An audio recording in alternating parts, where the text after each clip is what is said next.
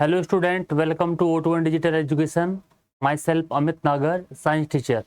Student, जो हमारा chapter चल रहा है बेटा मेटल और नॉन मेटल, उसमें जो हमने प्रीवियस क्लास की थी उसमें हमारा जो टॉपिक था मेटलर्जी और ऑकरेंस ऑफ मेटल्स, यानी कि जो जो नेचर होता है उसमें जो मेटल्स होती हैं बेटा वो डिफरेंट डिफरेंट फॉर्म में क्या होती हैं, पाई जाती हैं। जैसे मैंने आपको लास्ट क्लास में पढ़ाया था, मिनरल्स पढ़ाया था, ऑर्स पढ़ाया था, और extraction of metals from their ores, यानी कि जो मेटल जो ऑर्स होते हैं उनसे हम प्योर मेटल किस तरह से क्या करते हैं, ऑब्टेन करते हैं। उनके लिए मैंने आपको डिफरेंट डिफरेंट मेथड बताए थे कि जो रिएक्टिविटी के बेस पे जो मेटल होती है बेटा तीन तरह की होती हैं। पहला आपका हाई रिएक्टिव, दूसरा आपका होता है मॉडरेट, और तीसरी होती है आपकी कौन सी, लीस्ट रिएक्टिव।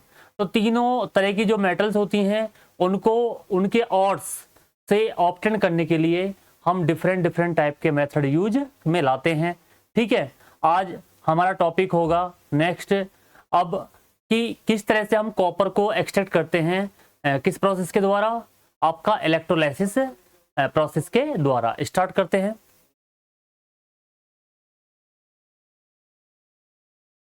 यहाँ देखें बेटा, यहाँ देखें बेटा, अभी कह रहा है कि copper is obtain using this method. ये कह रहा है कि जो कॉपर होता है बेटा, कॉपर हमारा क्या होता है, Cu। यहाँ देखें, Cu जो होता है हमारा कॉपर होता है। अब कॉपर को भी हम इलेक्ट्रोलाइसिस मेथड के द्वारा ऑब्टेन करते हैं, क्या है कि प्राप्त करते हैं, किसके द्वारा, इलेक्ट्रोलाइसिस के द्वारा। यहाँ देखें, अभी यहाँ देखो ये डायग्राम से मैं आपको बताने वाला हूँ। अब आप जब इलेक्ट्रोलाइसिस से आप क्या करते हैं, ऑब्टेन करते हैं, तो यहाँ देखें तो दो इलेक्ट्रोड बन जाते हैं। यहाँ पर इलेक्ट्रोलाइसिस बताया था मैंने, इलेक्ट्रोलाइसिस। जब आप इलेक्ट्रोलाइसिस मेथड यूज करते हैं तो दो इलेक्ट्रोड बन जाते हैं। एक तो आपका हो जाता है कैथोड और एक होता है आपका एनोड। क्लियर? तो यहां देखें, anode slab of impure copper. यहाँ पे जो एनोड है हमारा इलेक्ट्रोड, वो एक स्लेब है किसका, इम्प्योर मेटल। वहां पे कौन सी मेटल डिपॉजिट हो जाती है, इम्प्योर मेटल डिपॉजिट हो जाती है।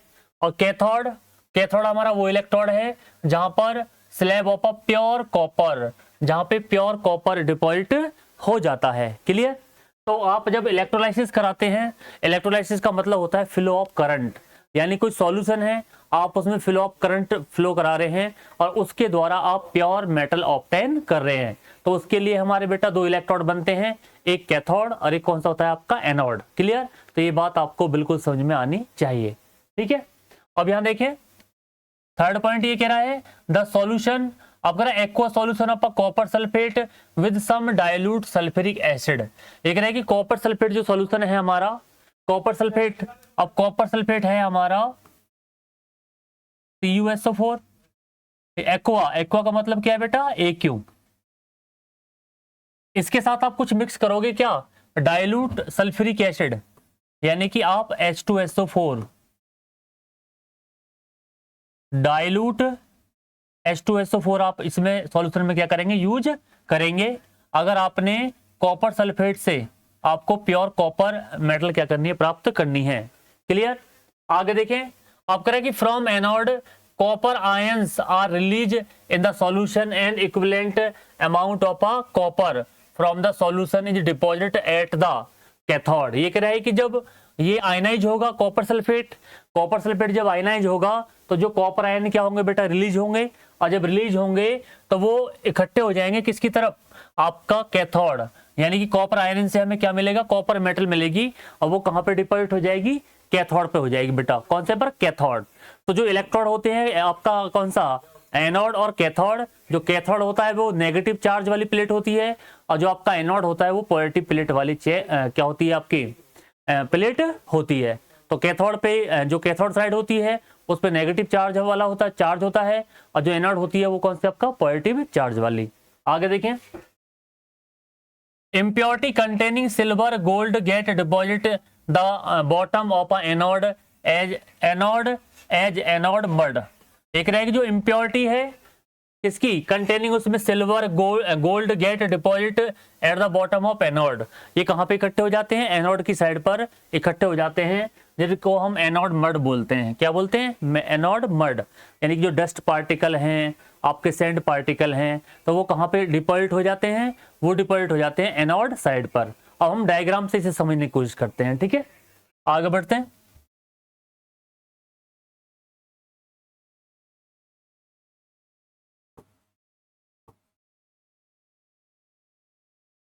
देखिए प्यारे बच्चों, ये डायग्राम है आपका।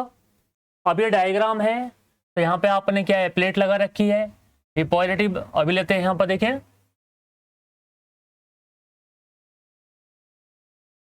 ये आपका हो गया क्या बेटा, कैथोड। अब कैथोड है यहाँ पे, देखो बेटा ये कैथोड है, तो ये आपकी कौन सी प्लेट है, आपकी नेगेटिव प्लेट होती है। ये आपका एनोड, एनोड है, ये आपकी पॉजिटिव प्लेट होती है। क्लियर। अब ये कॉपर के आयंस हैं, आपने कॉपर सल्फेट ले रखा है और उसमें कुछ डाइल्यूट एसिडिफाई क्या मिला रखा है बेटा प्यारे बच्चों, उसमें मिला रखा है सल्फ्यूरिक एसिड, एसिडिफाई H2SO4 का सॉल्यूशन आपने मिक्स कर लिया इसमें, ये एसिडिफाई है आपका, ठीक है। और अब यहाँ पे जब करंट इसमें फ्लो होगा तो जो कॉपर आयंस हैं, कॉपर जो आयंस हैं, क्लियर, वो यहां से होते हुए किस प्लेट की तरफ जाएंगे बेटा, किसकी तरफ जाएंगे बेटा, कैथोड की तरफ। जो कॉपर मेटल डिपॉजिट होगी वो डिपॉजिट होगी किस पर बेटा, कैथोड की तरफ। और जो इम्प्योरिटी है वो इम्प्योरिटी इकट्ठी हो जाएंगी यहाँ पर। यहाँ देखो बेटा, ये टैंक है एनोड मड, ये टैंक है, ये वाला जो है ये आपका मड, मड का मतलब है आपकी जो इम्प्योरिटी है, डस्ट पार्टिकल है, आपका सैंड है, वो इसमें क्या हो जाएंगे बेटा, इकट्ठे हो जाएंगे। क्लियर। और जो कॉपर आयंस है, कॉपर आयन रिलीज होकर कॉपर मेटल क्या करेंगे, फॉर्म्ड बनाएंगे, और वो कहाँ पे इकट्ठी होगी, किस तरफ निकलेगी, कैथोड की तरफ।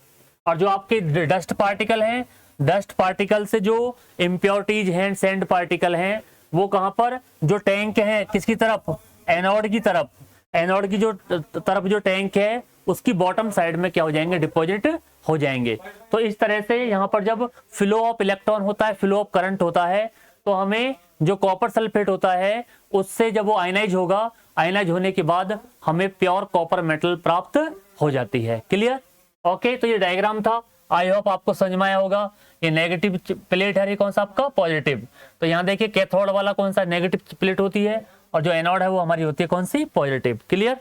तो अब ये क्या था, ये था कौन सा, एक्सट्रैक्शन ऑफ मेटल्स। कौन सा मेटल थी इसमें, हम जो जिस मेटल को हम प्योर कर रहे थे वो थी हमारी बेटा क्या, कॉपर। क्या थी आपकी, कॉपर। आगे बढ़ते हैं।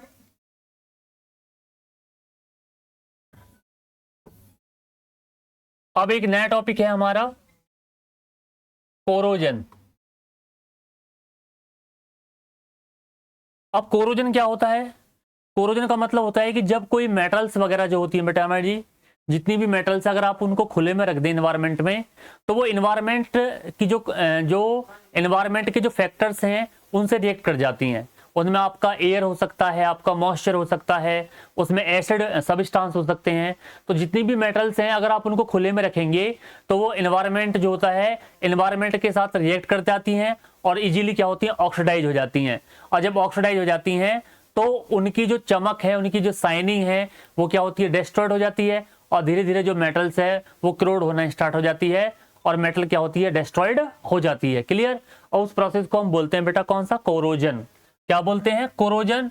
अब कोरोजन क्या होता है, कोरोजन क्या है, corrosion is a process when a metals are expose in outside area, ठीक है, it react with the factors of environment and climates to form undesirable substance. ये कह रहा है कि जब कोई मेटल्स है उसको अगर आप खुले में रखेंगे तो वो इन्वायरमेंट कंडीशन से रिएक्ट करेगी, और रिएक्ट करने के बाद वो अनडिजायरेबल सब्सटेंस बनाएगी। उस प्रोसेस को हम बोलते हैं बेटा क्या, कोरोजन। क्या बोलते हैं उसको हम, कोरोजन बोलते हैं। क्या बोलते हैं, कोरोजन। तो आपको आसानी से पता होना चाहिए कि अगर आपसे कोई पूछे कि कोरोजन क्या होता है, तो आप कोई मेटल है अगर वो इन्वायरमेंट में खुले में रखी हुई है तो वो इन्वायरमेंट के साथ, मॉइस्चर के साथ, एयर के साथ, और जो एसिड पार्टिकल होते हैं उनके साथ रिएक्ट करेगी, और रिएक्ट करने के बाद वो अनडिजायरेबल सब्सटेंस बनाएगी, और उस प्रोसेस को हम बोलते हैं बेटा कौन सा, कोरोजन। अब कोरोजन का बेस्ट एग्जांपल मैं तुम्हें बता दूं, कोरोजन का जो बेस्ट एग्जांपल है वो है आपका रस्टिंग ऑफ आयरन। यहां देखें, rusting of iron, rusting of iron यानी कि लोहे में जंग का लग जाना। लोहे में जो जंग लग जाता है वो एक एग्जाम्पल हो सकता है किसका बेटा, आपका कोरोजन। अब कोरोजन और रस्टिंग ऑफ आयरन, जब आपको पता है जो आयरन वाली चीजें होती हैं, तो अगर आप उन्हें खुले में रखते हैं तो उनमें धीरे धीरे वो क्रोड होना स्टार्ट हो जाती हैं, उनमें जंग लगना स्टार्ट हो जाता है, तो उस प्रोसेस को हम क्या बोलेंगे बेटा, कोरोजन। तो रस्टिंग ऑफ आयरन एक एग्जाम्पल है किसका, किसका बेटा, रस्टिंग ऑफ आयरन एग्जाम्पल है किसका, कोरोजन का। अब रस्ट का फॉर्मूला मैं आपको बताता हूं, रस्ट का फॉर्मूला होता है Fe2O3 इंटू XH2O। ये रस्ट का फॉर्मूला है बेटा, ये किसका फॉर्मूला है, रस्ट का, और इसका केमिकल नेम है hydrated iron third oxide. Hydrated iron third oxide, ये किसका फॉर्मूला है आपका, रस्ट का, कई बार पूछा गया है। और बेटा इसका जो कलर होता है, इसका जो कलर होता है वो होता है बेटा रेडिश ब्राउन। क्या होता है, रेडिश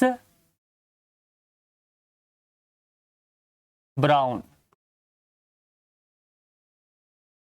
रस्ट का जो कलर होता है बेटा वो रेडिश ब्राउन होता है।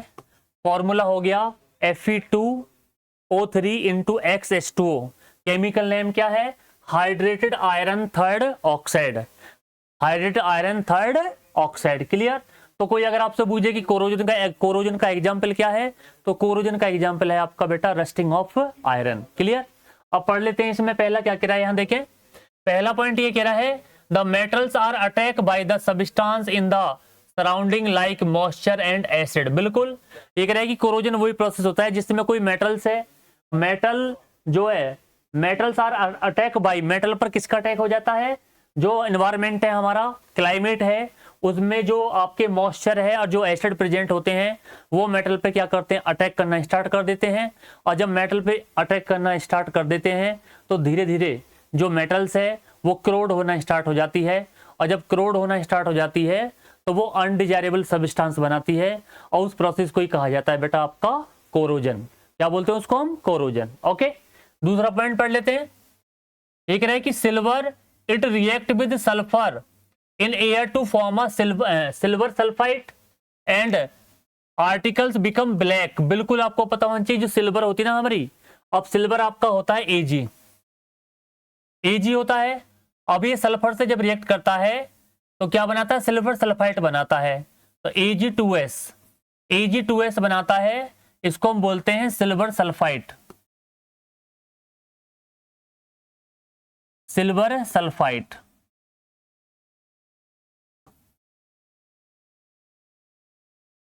सिल्वर सल्फाइड बनाना स्टार्ट कर देता है, जिसकी वजह से जो कोई भी सिल्वर वाला जो आर्टिकल्स है वो कैसा पड़ जाता है, ब्लैक। आपको पता होना चाहिए सिल्वर मेटल होती है बेटा, वो अगर एनवायरनमेंट से रिएक्ट करेगी तो वो कैसी पड़ जाएगी, काली पड़ जाती है। काली पड़ जाती है क्यों, क्योंकि वो किससे रिएक्ट कर जाती है, सल्फर से, एयर में जो सल्फर होती है उससे रिएक्ट कर जाती है, और क्या बनाती है, वो सिल्वर सल्फाइड बनाना स्टार्ट कर देती है। क्लियर। आगे देखें, दूसरा कह रहा है, यहां देखें copper react with most carbon dioxide in air and gain a green coat of a copper carbonate, copper carbonate. अब ये कह रहा है कि जो कॉपर है वो कार्बन डाइऑक्साइड से रिएक्ट करता है, जो कॉपर होता है हमारा वो कार्बन डाइऑक्साइड से रिएक्ट करेगा, और वो कैसा कलर बनाता है, ग्रीन। जो आपको प्यारे बच्चों पता होना चाहिए कि जो आपका आयरन है वो रेडिश ब्राउन कलर शो करता है, रस्ट वाला, और जो सिल्वर है वो अगर क्रोड हो रही है लगातार तो जो सिल्वर का कलर है वो ब्लैक हो जाता है, और जो कॉपर होता है हमारा उसका कलर हो जाता है ग्रीन। अब कॉपर क्या करेगा, यहां देखें बेटा, कॉपर रिएक्ट करेगा किसके साथ, कार्बन डाइऑक्साइड के साथ, और ये कह रहा है कि gain a green coat of a copper carbonate. जो आपका कॉपर का जो बर्तन है उस पर ग्रीन ग्रीन लेयर बननी क्या हो जाएगी, स्टार्ट हो जाएगी। ऐसा क्यों? जो कॉपर है, कॉपर ने क्या बना लिया है, किससे रिएक्ट कर लिया है, सल्फर से, सॉरी कार्बन डाइऑक्साइड से रिएक्ट कर लिया है और उसने कार्बोनेट फॉर्म क्या कर ली है, बना ली है। तो इस वजह से उसका जो कलर है, जो आपका कॉपर वाला बर्तन है उसका कलर धीरे धीरे ग्रीन होना स्टार्ट हो जाता है। क्लियर? आगे बढ़ते हैं।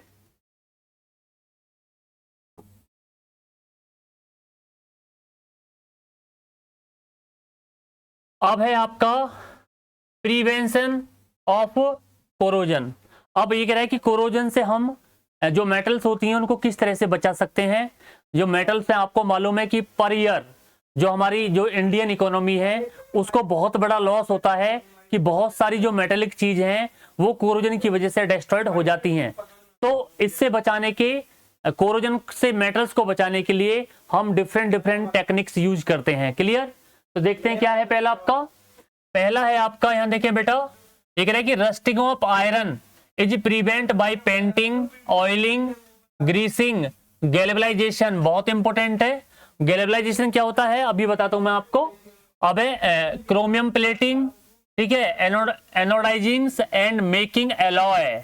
मेकिंग एलॉय तो प्यारे बच्चों आपको पता होना चाहिए, रस्टिंग से बचाने के लिए हम जो आयरन आर्टिकल्स होते हैं, मेटेलिक आर्टिकल, उन पे पेंट करते हैं, उन पे ग्रीस करते हैं और ग्रीस करने के बाद उन पे क्या है, एक गैल्वेनाइजेशन, जो अदर मेटल होते हैं उनकी लेयर चढ़ा देते हैं।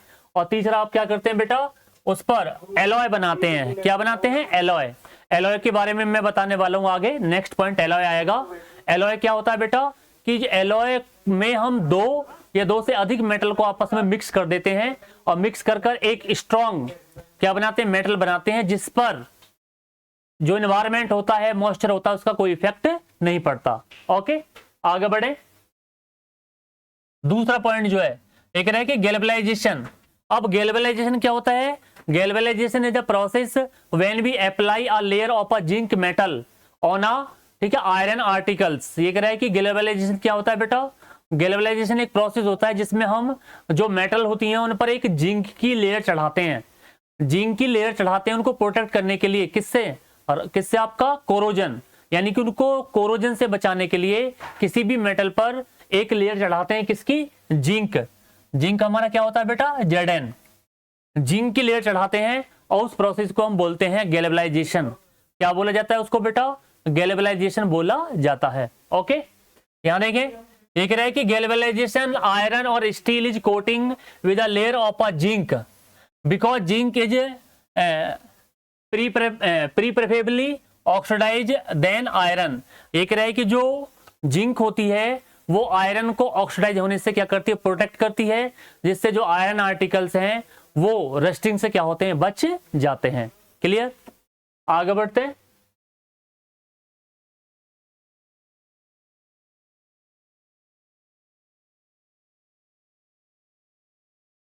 अब है एलॉय। अब आपसे पूछे बेटा एलॉय क्या है, तो एलॉय क्या है बेटा? Alloy is the homogeneous mixture of two and more than two metals. Alloy क्या होता है बेटा? एक होमोजीनियस। होमोजीनियस का मतलब क्या होता है? यूनिफॉर्म। यूनिफॉर्म एक मिक्सचर होता है किसका? Two and more than two metal. यानी कि मेटल्स को रस्टिंग से बचाने के लिए हम क्या करते हैं बेटा? Two and more than two metal को आप एक फिक्स रेशो में आपस में मिक्सअप कर देते हैं और उस प्रोसेस को बोलते हैं हम क्या बेटा? एलॉय। क्या बोलते हैं? एलॉय बोला जाता है। क्लियर? यहां देखें, these are the mixture of a metal with the metals और नॉन मेटल्स। अब एक बात और मैं बता दूं, जो एलॉय हम बनाते हैं उसमें two and more than two metal भी हो सकती हैं और मेटल और नॉन मेटल भी हो सकती हैं। जैसे एक एग्जांपल है आपका, आपको बता दूं, स्टील। स्टील बेटा, स्टील एक एलॉय है और स्टील एक ऐसा एलॉय है जो किसके कॉम्बिनेशन से बना है? आपका मेटल और नॉन मेटल। तो यहां ध्यान दें, स्टील जो हमारा बना है उसमें आपका 96% तो क्या है? आपका आयरन है। 96% क्या है आपका बेटा?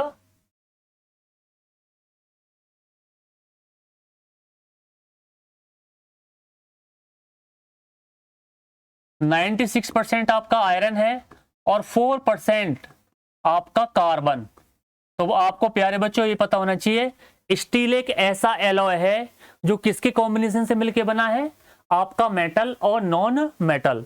अब उसमें मेटल कौन सी है, आपकी आयरन, और आयरन का जो अमाउंट है वो ज्यादा है 96% के लगभग अप्रोक्सीमेटली। और जो कार्बन है उसका, कार्बन एक क्या है, नॉन मेटल है, और उसका अमाउंट क्या है, थोड़ा बहुत ही कम है, कितना 3 to 4% हम मानते हैं। तो ये दोनों आपस में मिलके क्या बनाते हैं, स्टील बनाते हैं। क्या बनाते हैं, स्टील।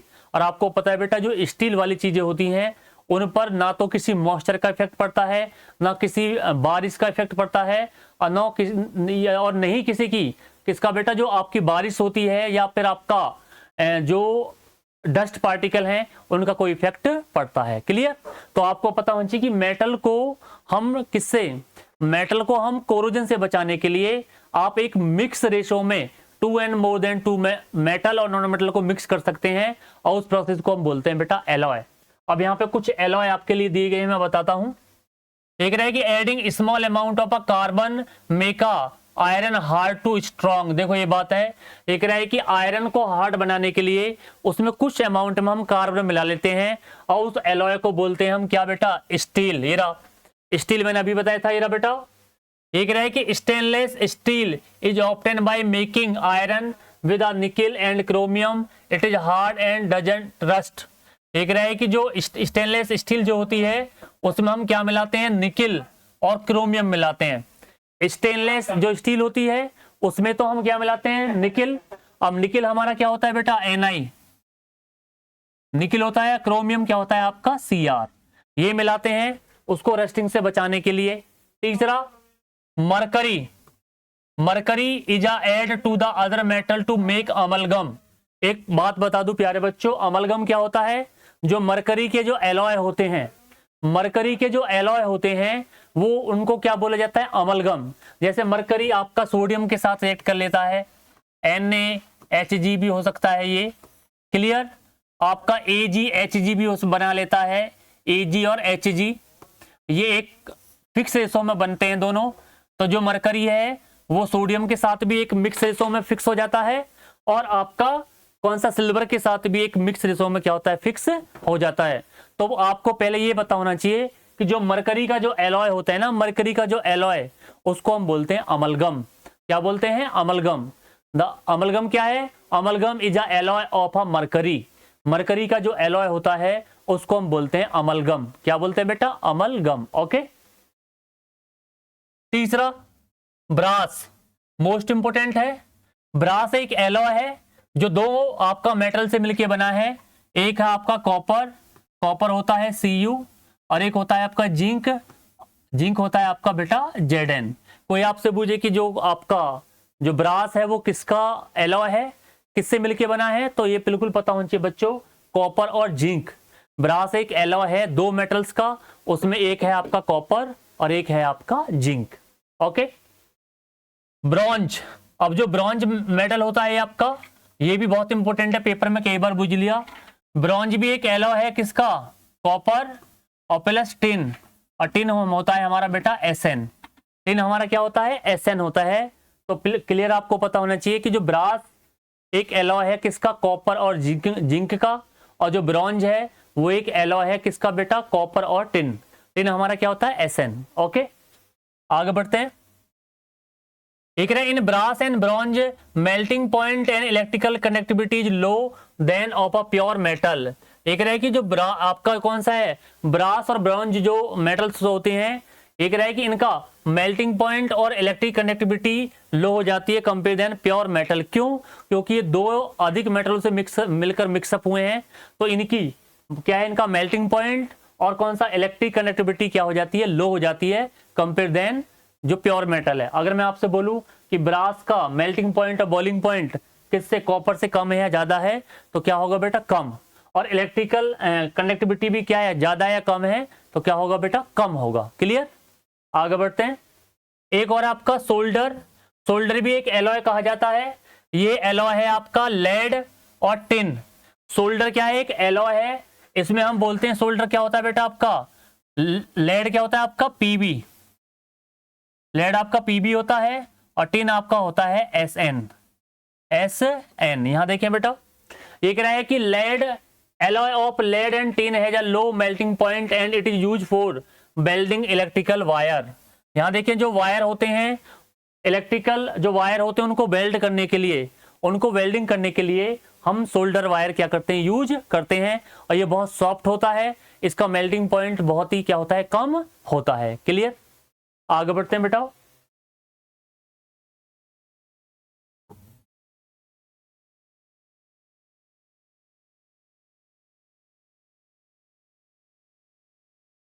अब है हमारा डिफरेंस बिटवीन मेटल और नॉन मेटल। वैसे ऑब्वियसली मैं आपको फिजिकल और केमिकल प्रॉपर्टी के आधार पर बता चुका हूं कि जो मेटल्स और नॉन मेटल में क्या क्या डिफरेंस होते हैं, क्या इनकी प्रॉपर्टीज होती हैं, लेकिन फिर भी यहाँ देख लेते हैं। एक तरफ है आपका मेटल और दूसरी तरफ है आपका नॉन मेटल्स। तो अभी बात करते हैं पहले पॉइंट पर। पहला पॉइंट है these are solid at a room temperature except mercury. अभी बताया था मैंने जो क्लास ली थी कि जितनी भी जो मेटल्स होती हैं बेटा जनरली वो क्या होती हैं, सॉलिड होती हैं एट अ रूम टेम्परेचर। बस एक ही मेटल को छोड़कर, और वो मेटल है हमारी मरकरी, और मरकरी हमारी होती है बेटा Hg। मरकरी हमारा क्या है, Hg। सिर्फ मरकरी एक ऐसी मेटल है जो नेचर में कौन सी फॉर्म में मिलती है, लिक्विड फॉर्म में क्या होती है, पाई जाती है। क्लियर, यहां देखें these exist in the all three state. अब आपको बता दूं कि जो नॉन मेटल्स होती हैं वो तीनों स्टेटों में मिलती हैं, यानी कि सॉलिड में भी होती हैं, आपका लिक्विड में भी होती हैं और गैस में भी होती हैं। जैसे अगर सॉलिड की बात करूं, यहां देखें सॉलिड में हम सल्फर ले सकते हैं, आपका फास्फोरस ले सकते हैं। क्लियर, आपका लिक्विड में आपका ब्रोमीन होता है बेटा, और गैस में तो आपकी ऑलमोस्ट सारी नॉन मेटल होती है लगभग लगभग। आपका कौन सा, नाइट्रोजन है, आपका ऑक्सीजन है, आपका ठीक है, आपका क्लोरीन है, ब्रोमीन है, फ्लोरीन है, आयोडीन है। ये सारी क्या है, लिक्विड फॉर्म में होती है, सॉरी गैस फॉर्म में होती हैं, गैस फॉर्म में। तो प्यारे बच्चों आपको पता होना चाहिए कि जो आपकी नॉन मेटल्स होती हैं वो तीनों स्टेटों में होती हैं, सॉलिड, लिक्विड एंड गैस। और जो आपकी जो मेटल्स होती हैं वो जनरली क्या होती हैं, आपकी सॉलिड होती हैं एट अ रूम टेम्परेचर, बस एक मेटल को छोड़कर, और वो मेटल है आपकी मरकरी। कौन सा बेटा, मरकरी। Clear, mercury. दूसरे पॉइंट पर आते हैं। अब दूसरा पॉइंट कह रहा है these are very hard except sodium. ये कह रहा है कि जनरली जो आपकी जो मेटल्स होती हैं वो क्या होती हैं, हार्ड होती हैं काफी, लेकिन कुछ मेटल्स को छोड़कर। अब कुछ मेटल जैसा आपका सोडियम दे रखा है, आपका सोडियम। अब सोडियम आपका होता है बेटा Na है, आपका सीजियम Cs है, आपका गैलियम Ga। ये ऐसी मेटल हैं जो आप इतनी सॉफ्ट होती हैं कि जो बहुत ही कम टेम्परेचर पर इजीली क्या हो जाएंगी, मेल्ट हो जाएंगी। क्लियर, तो मोस्टली जो मेटल होती हैं वो हार्ड इन नेचर होती हैं, लेकिन कुछ ही मेटल्स हैं जो आपकी सॉफ्ट होती हैं, ठीक है, eight a room temperature. Sodium ऐसी मेटल है जिसको नाइफ का मतलब बेटा चाकू से भी काटा जा सकता है। क्लियर, आगे बढ़े। आपका these are soft except diamond. ये कह रहा है कि नॉन मेटल सारी सॉफ्ट होती हैं सिर्फ एक को छोड़कर। आपका कौन सा है, डायमंड। डायमंड है आपका, और एक इसी का एलोट्रॉप्स है आपका ग्रेफाइट। इसी का एलोट्रॉप्स है ग्रेफाइट। डायमंड और ग्रेफाइट एक ऐसी नॉन मेटल हैं जो जिनका मेल्टिंग पॉइंट और बॉइलिंग पॉइंट बहुत ही क्या है बेटा, हाई होता है। और जनरली क्या होता है कि जितनी भी नॉन मेटल होती हैं उनका मेल्टिंग पॉइंट, बॉइलिंग पॉइंट बहुत ही कम होता है, लेकिन सिर्फ ये दो ऐसी मेटल्स हैं नॉन मेटल जिनका मेल्टिंग पॉइंट और बॉइलिंग पॉइंट सबसे ज्यादा। और एक बात आपको बता दूं, जो डायमंड होता है सबसे हार्डेस्ट सबस्टांस है इन द वर्ल्ड। कोई आपसे पूछे कि सबसे हार्डेस्ट सबस्टांस वर्ल्ड में कौन है, तो वो आपका कौन सा है बेटा, डायमंड। क्या है, डायमंड। तो डायमंड आपका क्या है, डायमंड एक एलिमेंट्स, क्या है बेटा, एक एलिमेंट है। ओके, आगे आप कह रहे these are malleable and ductile. Clear बताया था मैंने आपको, इसके एग्जाम्पल भी बताए थे, आपका Ag और Au। आपका सिल्वर और आपका गोल्ड ऐसी मेटल्स हैं जो बेस्ट मेलेबल हैं और बेस्ट डक्टाइल हैं। डक्टाइल का मतलब क्या होता है कि किसी भी मेटल को थिन वायरों में कन्वर्ट किया जा सकता है। और मेलेबल क्या होते हैं कि जब किसी मेटल को हैमर्ड किया जाता है तो उनको थिन शीट में, पतली चादर में कन्वर्ट किया जा सकता है। तो उसके लिए दोनों मेटल बिल्कुल क्या है, बेस्ट हैं, आपका सिल्वर और आपका गोल्ड। ओके, अभी क्या है, these are brittle and can break down into the piece. बिल्कुल, जो नॉन मेटल होती हैं आपको मालूम है ब्रिटाइल होती हैं, जैसा आपका सल्फर है और आपका फास्फोरस। ये क्या है कि अगर आप इनको हैमर्ड करेंगे तो ये क्या होती है, टूट कर क्या होती है, बिखर जाएंगी, तो उसको हम बोलते हैं ब्रिटाइल। क्या होती हैं, ब्रिटाइल। तो आपको पता होना चाहिए कि जो नॉन मेटल होती है बेटा वो क्या होती है, ब्रिटाइल होती हैं। क्या होती हैं, ब्रिटाइल। ओके, आगे, दीज आर शाइनिंग। बिल्कुल, आपको पता है जनरली जितनी भी मेटल्स होती हैं उनमें शाइनिंग सरफेस होता है, ठीक है। और वो लश्चर का मतलब उनमें क्या होती है बेटा, चमक होती है। ओके, तो जितनी भी मेटल होती हैं उनमें शाइनिंग होती है, और शाइनिंग की इस प्रॉपर्टी को हम क्या बोलते हैं, लश्चर बोलते हैं। क्या बोलते हैं, लश्चर। अभी कह रहा है कि these are non lustre except. अभी कह रहा है कि जो नॉन मेटल होती हैं बेटा उनमें चमक नहीं होती है, सिर्फ एक को छोड़कर, और एक है आपकी वो नॉन मेटल आयोडीन। क्या बेटा, आयोडीन। आयोडीन हमारी क्या होती है बेटा, आई। आयोडीन एक ऐसी नॉन मेटल है जो ब्राइटनेस यानी कि जो लस्टरनेस क्या करती है, शो करती है। तो कोई तुमसे पूछे कि नेम द नॉन मेटल, ठीक है, which are having shining surface, तो वो है आपका कौन सा, आयोडीन। क्या है बेटा, आयोडीन। ओके, आप कह रहे हैं कि इलेक्ट्रोपॉजिटिव इन नेचर। बिल्कुल, आपको बताया था इलेक्ट्रोपॉजिटिव होती हैं ये, और क्योंकि इलेक्ट्रॉन क्या करती है, लूज करती हैं। अभी बताया था, जैसा आपका बता दूं, Na प्लस हो जाएगा आपका Mg2 प्लस, एल्युमिनियम 3 प्लस। ये क्या है कि ये इनमें इलेक्ट्रॉन लूज करने की क्या होती है, टेंडेंसी होती है। तो इसलिए जो मेटल्स होती हैं प्यारे बच्चों वो जनरली इलेक्ट्रोपॉजिटिव होती हैं। क्लियर, जैसा आपका sodium plus ion, Mg2 plus और एल्युमिनियम 3 प्लस। ओके, ये कह रहा है कि electronegative in nature. Non metal क्या होती हैं, इलेक्ट्रोनेगेटिव होती हैं नेचर में। तो नेचर में आपका जैसा आपका क्लोरीन माइनस आयन हो गया, आपका O2, ऑक्सीजन है -2 आयन हो गया। क्लियर, नाइट्रोजन हो जाएगा आपका -3। तो ये आपकी क्या है, नॉन मेटल है, और ये इलेक्ट्रॉन गेन करने की क्या रखती हैं, टेंडेंसी रखती हैं। तो इसलिए ये क्या है, क्या है बेटा, ये मेटल होती हैं आपकी इलेक्ट्रोपॉजिटिव, और नॉन मेटल होती हैं आपकी electronegative. Okay, last point, having a high density. बिल्कुल, आपको पता है कि जो मेटल जितनी ज्यादा हार्ड होगी उसकी डेंसिटी उतनी ही ज्यादा होगी। तो आपको पता है क्योंकि जो मेटल जितनी ज्यादा हार्ड होती है प्यारे बच्चों, उसके बीच में पार्टिकल जो होते हैं उनके बीच में फोर्स ऑफ अट्रैक्शन उतना ही क्या होता है, ज्यादा होता है। तो अगर फोर्स ऑफ अट्रैक्शन ज्यादा है तो उस मेटल की या उस सब्सटेंस की डेंसिटी भी क्या होती है, ज्यादा होती है। तो प्यारे बच्चों आपको पता होना चाहिए कि जो मेटल्स होती हैं जनरली उनकी melting point, boiling point high इसलिए होते हैं क्योंकि उनमें क्या होती है बेटा, हाई डेंसिटी होती है, हाई डेंसिटी। अब एक रहे कि हैविंग अ लो डेंसिटी। बिल्कुल, आपको पता है नॉन मेटल जो होती हैं बेटा वो सॉफ्ट होती हैं, और जब सॉफ्ट होती हैं तो उनकी डेंसिटी भी क्या होगी बेटा, कम होगी। क्लियर, तो ये हमारे क्या थे, ये बेसिक डिफरेंस हैं किसके बीच में, मेटल और नॉन मेटल। तो आई होप आपको ये बात समझ में आई होगी, ये चैप्टर आपको समझ में आया होगा, ये टॉपिक। क्लियर, अगर आपको ये टॉपिक समझ में आया है बेटा तो चैनल को लाइक करो, सब्सक्राइब करो, और मिलते हैं आपसे नेक्स्ट टॉपिक के साथ। ठीक है, तब तक थैंक यू, बाय बाय।